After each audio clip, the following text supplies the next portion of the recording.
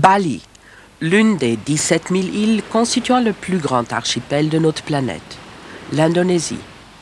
Près de 6 700 de ces îles sont habitées. Quatrième pays le plus peuplé du monde, il compte quelques 185 millions d'habitants. Si l'on superposait sa carte à celle de l'Europe, sa superficie s'étendrait de l'Europe du Nord à l'Afrique du Nord. D'un bout à l'autre de l'archipel se dressent les cônes des volcans, habités par des dieux. Le plus élevé, les Gunung Agung, haut de 3142 mètres, est considéré par les autochtones comme le nombril du monde. Le paysage balinais possède tous les types de végétation qu'on trouve en Asie du Sud-Est.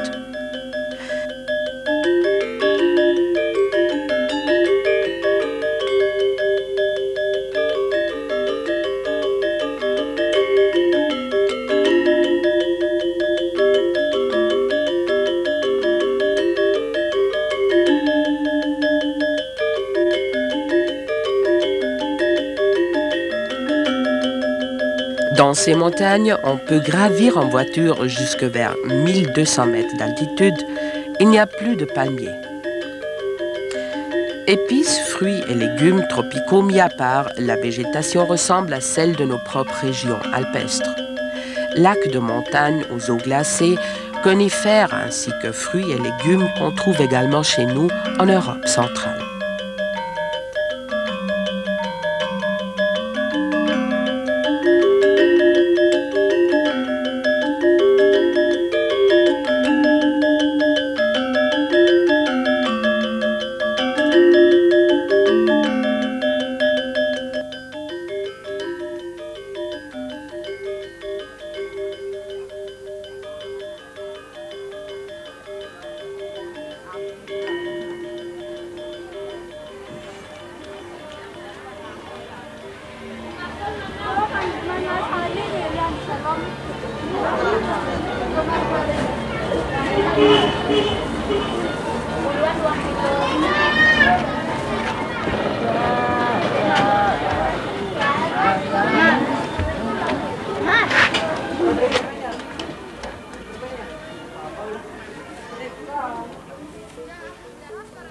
Au nord-est de l'île, une région aride et stérile.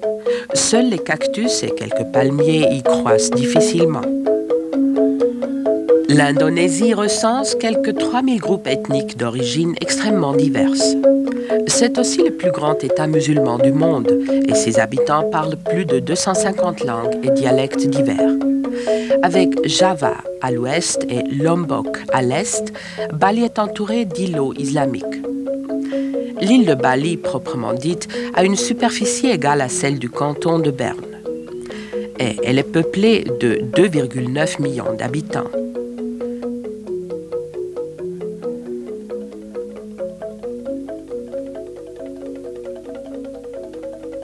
Au nord-ouest, une fois encore, un paysage totalement différent. On découvre des vignes en plein milieu des rizières, des plantations de tabac et des étendues rappelant la steppe.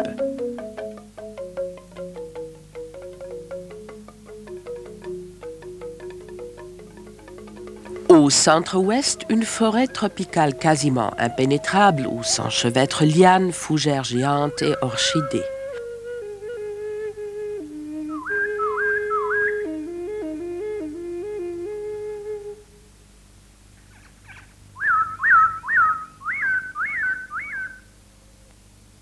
Trois lacs se blottissent au pied de la chaîne volcanique couverte de forêts qui s'étend d'est en ouest et couvre près des 3/4 de la superficie totale de l'île.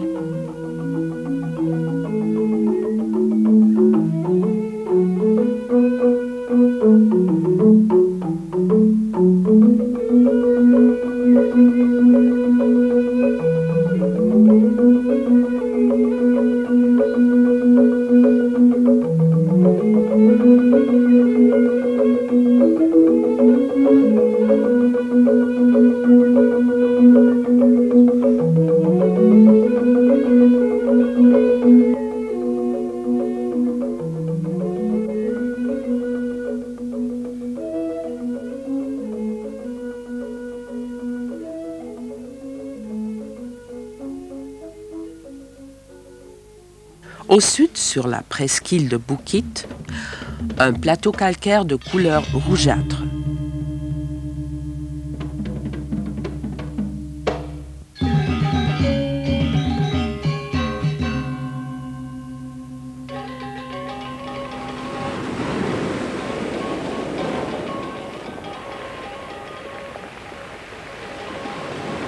À la pointe sud de Bali, sur la falaise, se dresse Uluwatu, l'un des temples les plus sacrés de l'île.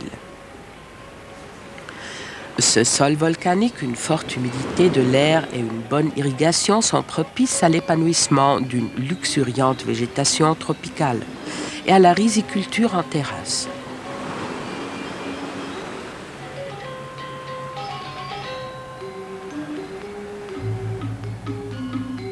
À Bali, à 8 degrés au sud de l'équateur, on récolte en toute saison. Un seul et même arbre peut porter simultanément fleurs, fruits et feuilles desséchées.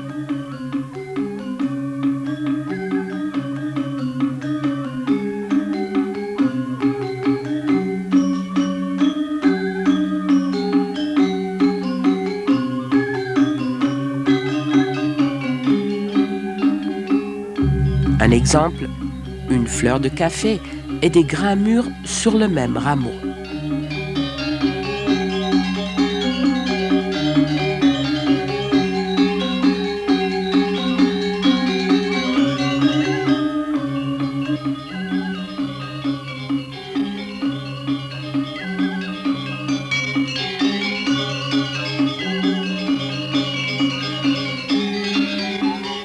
Il pleut pour ainsi dire quotidiennement sur les sommets montagneux, véritable réservoir d'eau de l'île.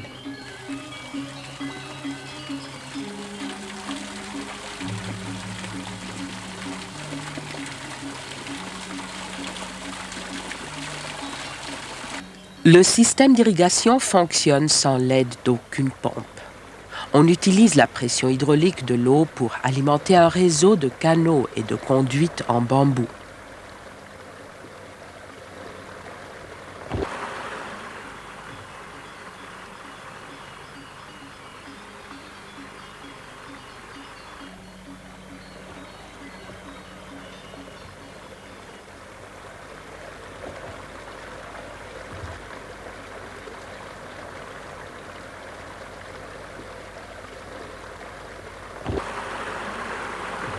Les Balinais vivent dans un monde où chacun partage et collabore. Le très vif sentiment de solidarité mutuelle qui s'est développé au cours de 2 ou 3 derniers millénaires est une conséquence directe de la riziculture aquatique. Cette forme d'agriculture nécessite en effet des systèmes d'irrigation ramifiés et complexes qui se trouvent encore compliqués par la topographie montagneuse de l'île et l'alternance des saisons sèches et pluvieuses.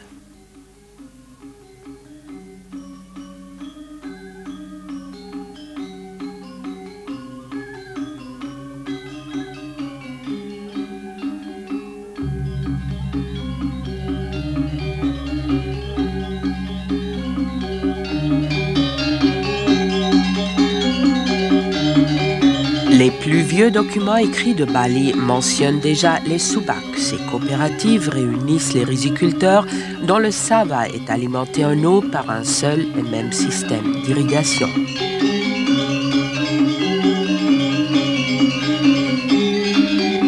Ce sont ces subak qui fixent le début des semailles ou de la récolte, déterminent quand et dans quelle proportion utiliser tel ou tel engrais ou insecticide, décident à quel moment se dérouleront les cérémonies religieuses et s'il y a lieu de consolider les digues et de contrôler les canalisations. Chaque subak a son propre temple consacré à la déesse du riz, Devi Sri.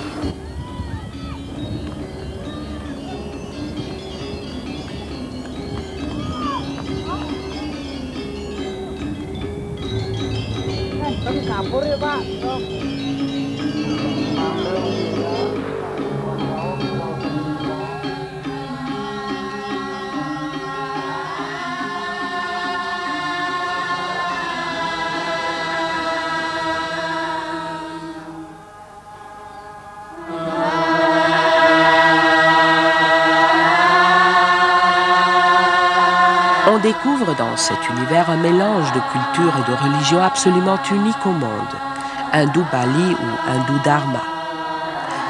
Pour les Balinais, la religion, c'est la vie, et la vie est une religion.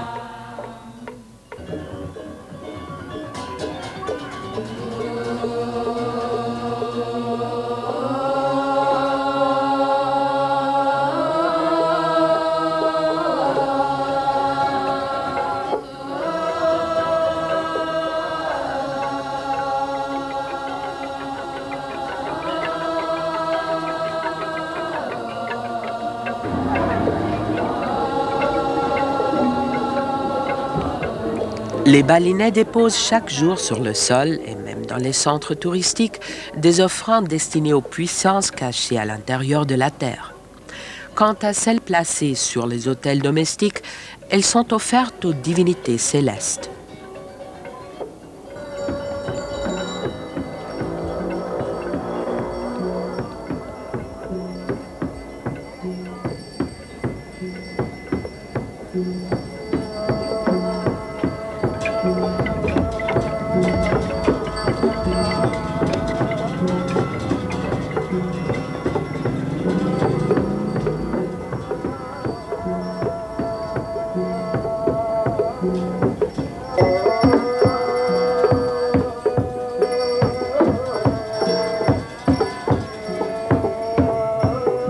Tel un fil rouge, l'image des énergies opposées mais inséparables l'une de l'autre imprègne l'univers mystique des Balinais.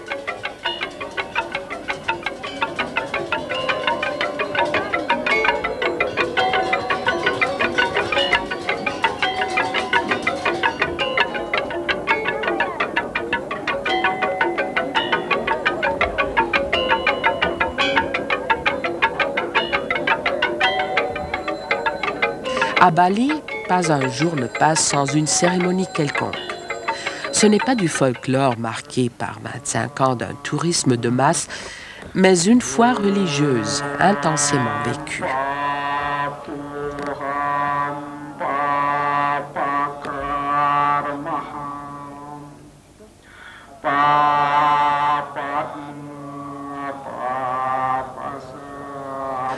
Bali compte pratiquement plus de temples que d'habitations.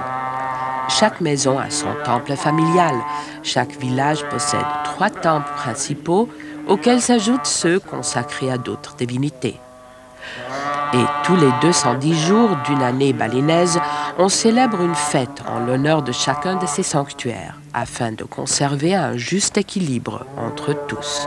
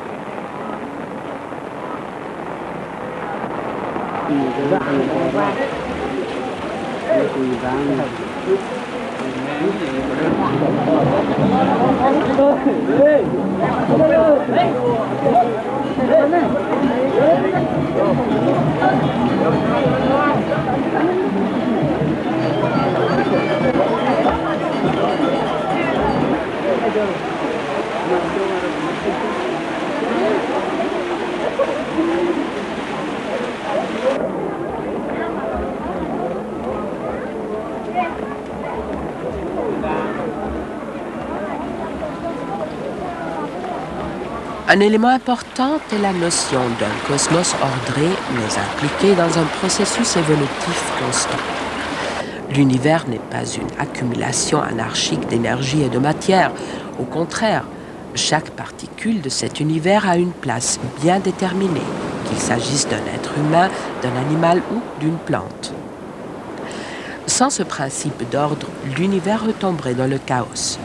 Mais parallèlement à cet ordre, il existe également dans tout le cosmos des forces adverses dont l'objectif est de perturber l'ordre établi et de l'anéantir.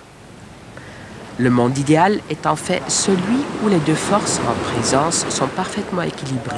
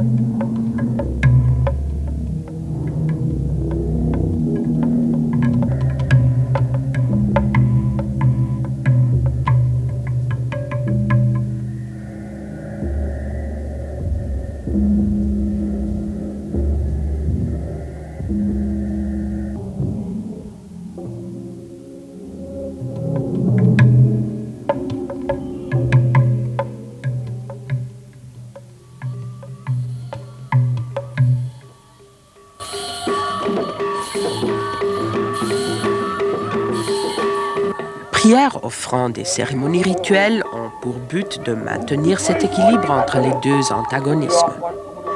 Selon les croyances balinaises, la terre appartient aux dieux, et en leur apportant des offrandes, on ne fait que leur rendre une partie de ce qu'ils nous ont donné.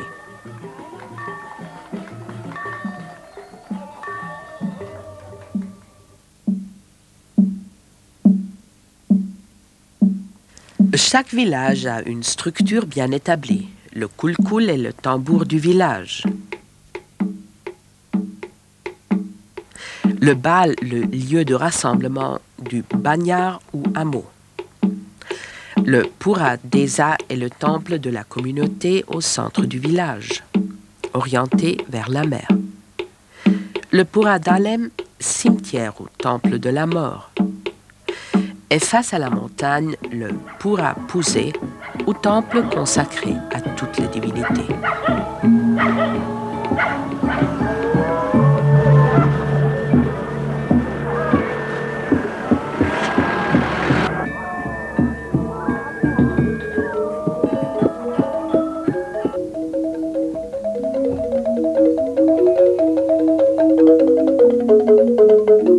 En dehors de la riziculture, les villageois exercent aussi de multiples activités artisanales.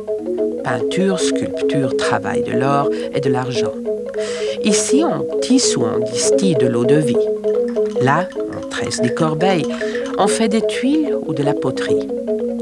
Chaque village exerce son activité artisanale spécifique.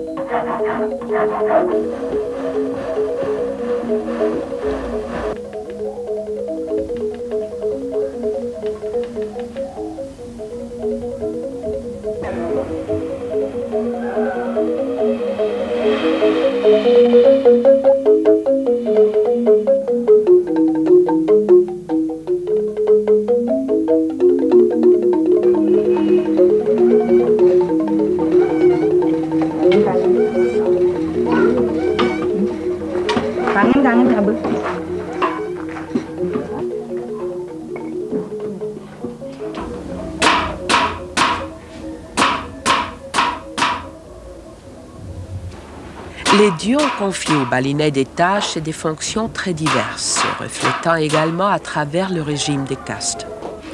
C'est ainsi que le brahman est prêtre et chef spirituel, le kshatriya, roi et chef temporel, et le vaisya, noble et guerrier. Près de 80% de la population est étrangère à la hiérarchie des castes et se consacre à l'agriculture, au commerce et à l'artisanat.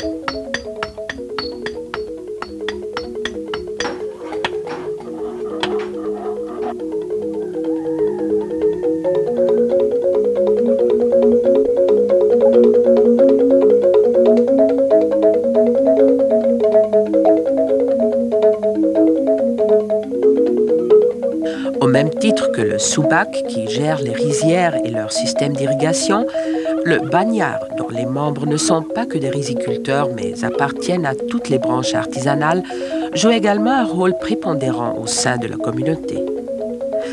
Le mot bagnard pourrait en fait se traduire par république villageoise. Les tâches de cette association sont multiples. Ses membres sont tous tenus de participer aux travaux d'intérêt général. L'organisation s'occupe de la construction et de l'entretien des bâtiments publics, des marchés et des rues, et, si besoin est, se charge aussi du maintien de l'ordre public.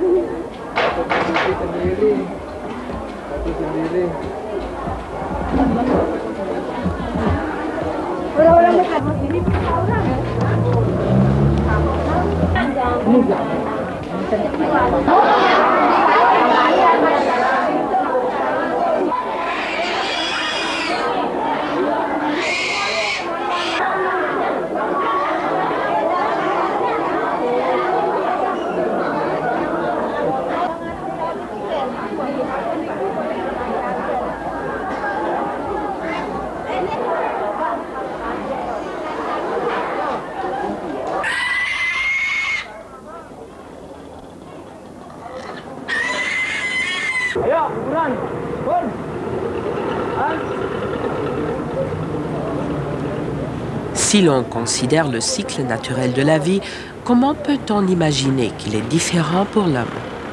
Pour un balinais, la mort n'est qu'une étape dans la migration de l'individu vers le paradis.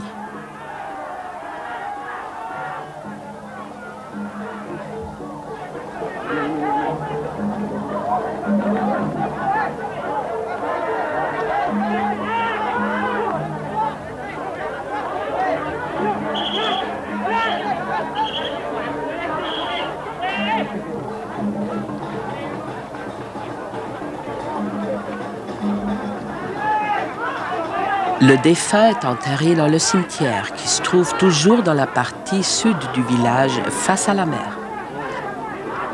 Ce n'est souvent que des années plus tard, lorsque la famille a réuni les fonds nécessaires, qu'au jour fixé par le prêtre, l'âme du défunt est enfin purifiée à travers l'incinération.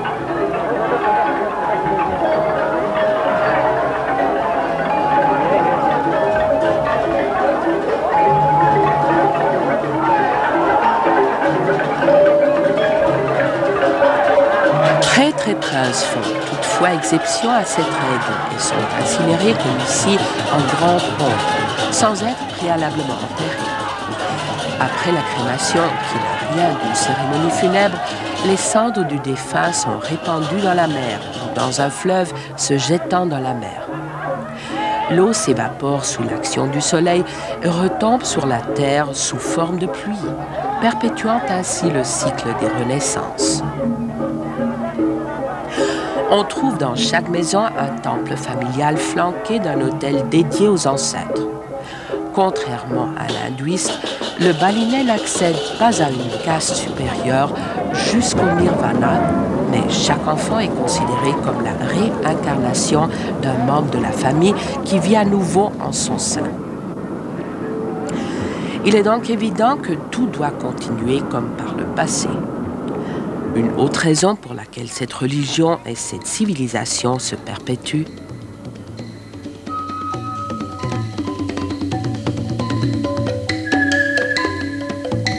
il est bien évident que Bali s'est aussi transformé au cours des ans. Quand je suis arrivé à Bali, Kuta et Legian, par exemple, étaient des villages de pêcheurs. Aujourd'hui, c'est un immense caravansérail touristique. Il y a quelques années de cela, il n'y avait pas un seul hôtel à Nusa Dua. Après la construction, à Sanur, du tout premier hôtel haut comme une tour, on édicta une loi selon laquelle aucun bâtiment ne devait surpasser la cime des palmiers.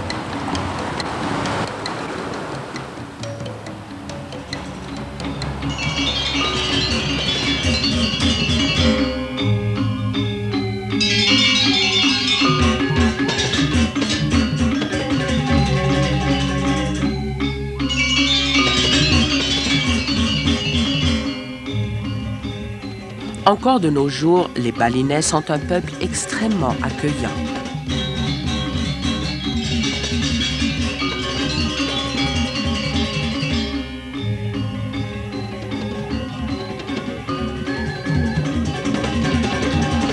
Willkommen zum bisschen Dorf, Herr Ole. Es gibt eine vier verschiedene Tanz heute. Erster Tanz heißt Tari Panjam Brahma, das meint herzlich willkommen.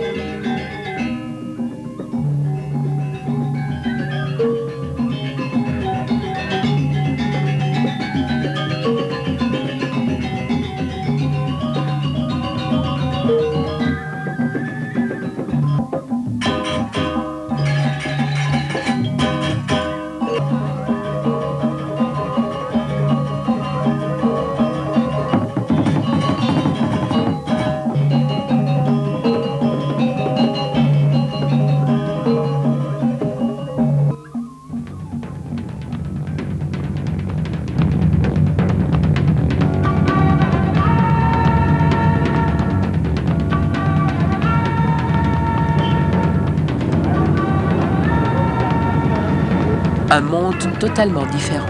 Au sud, les stations touristiques avec leurs hôtels, leurs boutiques et leurs distractions.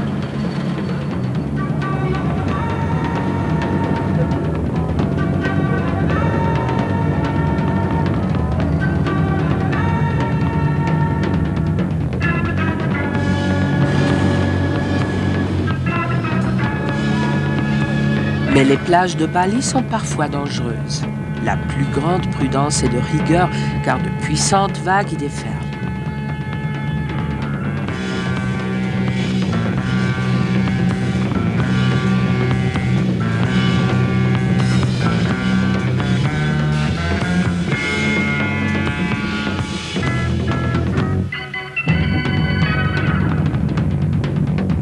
On juge généralement les étrangers tant à leurs vêtements qu'à leur comportement. Il faut donc respecter les coutumes locaux. Sachez qu'il convient de porter un sarong ou de mettre une écharpe autour de la taille avant de pénétrer dans un temple ou d'assister à une cérémonie religieuse.